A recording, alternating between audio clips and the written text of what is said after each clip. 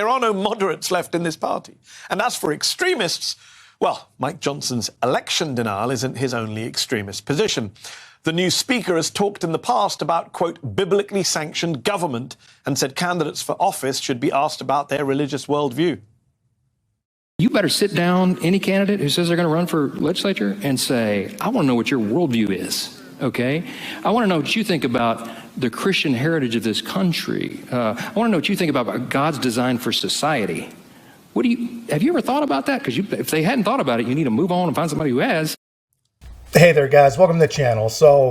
And they sure are attacking Speaker Mike Johnson in some really kind of new and interesting ways. And well, maybe not too new, but at least, they're not hiding their thoughts anymore. They're not ashamed of them anymore. I mean, they're literally attacking the guy for not being rich and for not being corrupt or both. And of course, they're attacking him for being a Christian. They're actually, it appears they're more upset that he's a devout Christian than they are over the role that he supposedly played, according to them, in January 6th, which honestly, I guess makes sense considering that they can actually prove that he's a Christian.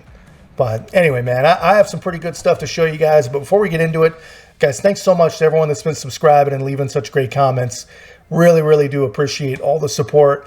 We're building a great community. If you guys haven't joined us yet, help us to continue to grow. Like, comment, subscribe. Most importantly, share the channel. So yeah, take a look at the beginning of the attacks, because this is only the beginning. But many of those attacks appear to center on his Christian faith. They are particularly perturbed by that. Just listen to this shocking comparison from Bill Maher. And I was reading about this horrible shooting in Maine. Yeah. And I heard, we don't know much about the guy yet, but apparently he heard voices. And I thought, is he that different than Mike Johnson? Really? I mean, degree, yes, but it's thinner than you think. Yeah, man. That's a little surprising from Bill Maher, honestly. I mean, he's an old school liberal Democrat, right? And I'm sure he's still a big believer in religious liberties. And, not to mention, Maher, he is a true and serious believer, maybe the only real believer in all the January 6th lies. So this one, honestly, is a little bit surprising. But, he's a so-called comedian, so I guess that makes sense. But, whatever. I can't imagine anyone serious in the serious media would dare attack the man's faith, right? The Bible doesn't just inform his worldview, it is his worldview. I'm sorry to break in so quickly, guys, but Jen, this is not a bad thing. I mean, can you imagine, honestly, if everyone in government had a worldview informed by faith and informed by love? I mean, wouldn't that be terrible? In fact, during his first speech in his new job, Johnson suggested that his election as Speaker was an act of God. Talk about a bit of a humble brag there. His views on policy are essentially what you'd expect from a religious fundamentalist. They're more divisive than they are divine.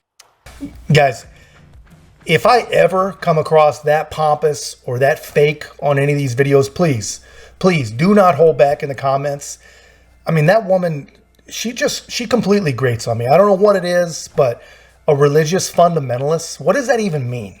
And let's hear a little from the guy himself. Politico interviewed a historian about your worldview, and this historian said you're a Christian nationalist. It comes from that of Christian supremacy. But what I was really surprised by is Jan6, a White House press secretary herself, typically would be measured with her words, I would think, but in this case, she went so far as to call you a Christian fundamentalist. What do you think when you hear that? Look, there are entire industries that are built to take down public leaders, effective political leaders like me. I'm not surprised by that. I mean, it comes with the territory. It doesn't bother me at all. I just wish they would get to know me. I'm not trying to establish Christianity as the national religion or something. That's not what this is about at all. If you truly believe in the Bible's commands and you seek to follow those, it is impossible to be a hateful person, because the greatest command in the Bible is that you love God with everything you have and you love your neighbor as yourself. Wow. Guys, I just want to take a moment. I want you to take a moment to realize that we have built a country where these are the kinds of people that are attacked. These are the people that the machine needs to destroy in order for its own survival. I mean, what the absolute hell have we done?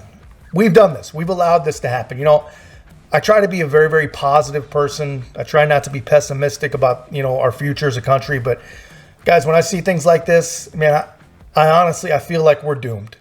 I really feel like we're doomed. Let me know in the comments if you guys feel the same way, or how you guys keep hope. And honestly, you know, if it wasn't for the existence of people like this man, of people like Speaker Mike Johnson, we absolutely would be doomed. There'd be no doubt about it. Very curious about, to your point, a faith that is based on love, that is Jesus Christ, that was what he lived for, can be characterized in such a way. The Daily Beast called you a Christo-fascist.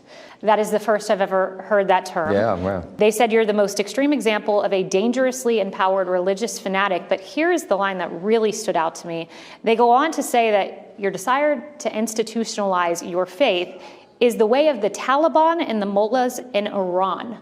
And then Bill Maher, who we know is not a similar worldview as ours, he went so far as to bring up the main shooter. And he said, we don't know much about the guy yet, but apparently he heard voices. And I thought, is he different than Mike Johnson? I mean, degree, yes, but it's thinner than you'd think. What is it like to be compared to the mullahs of Iran, the Taliban, and the main shooter? It's just disgusting. I mean, that is absurd. Of course, our religion is based on love and acceptance. So to compare that worldview with the Taliban, who seek to destroy their enemies, or with, you know, some deranged shooter who murders people, is absolutely outrageous. And I think everyone who follows and believes in a Judeo-Christian worldview should be just terribly offended by that. I'm okay, I'll take the arrows. I understand it comes with leadership, and when you step into the fray, that's what you take. But what really hurts me is that it really is a statement about everyone who believes in this, that the country was built upon. Our Judeo-Christian foundation is the heritage of our country. Yeah, and there you have it, man. The man freaking nails it. Because that is what it is. You know, it's not an attack on Speaker Mike Johnson. It is an attack on Christianity itself. It's an attack on all of us that are Christian. And really anyone who, you know, makes their faith the bedrock of their life, you know, but you know, they are always at every opportunity seeking to minimize, seeking to marginalize, and literally impugn anyone who chooses to live their life in this way. But the man is pure class, you know, absolute class. No clapbacks, just kind of takes it on the chin and he'll wear it. It's commendable. How do we get to this place, get out of this place rather, where people are just viewing the other side as the enemy? I mean, look, our enemy is like Hamas and terrorists and tyrants who want to do great harm to our country. Someone who's on the other side of the aisle is a fellow elected representative of the greatest deliberative body in the world, and they should be treated as such. And even if they have crazy ideas sometimes, you know, part of the process is that I will be willing to engage with them in a dialogue to forge consensus that will move the ball forward for the most people. So in the exact opposite of what he just said, when I see him talk like that, what I actually hear him say is that he's not going to hold any of the squad members accountable for their actions. Not going to go after Tlaib for keeping Hamas propaganda up. Not going to go after Bowman for the fire alarm thing. But I don't know. I guess, you know, that's not what this video is about, so I'm going to stay on point. But let me know in the comments if you guys hear that too, or if I'm just jaded. And honestly, I think that the point really is that this guy is a reasonable and common sense individual, right?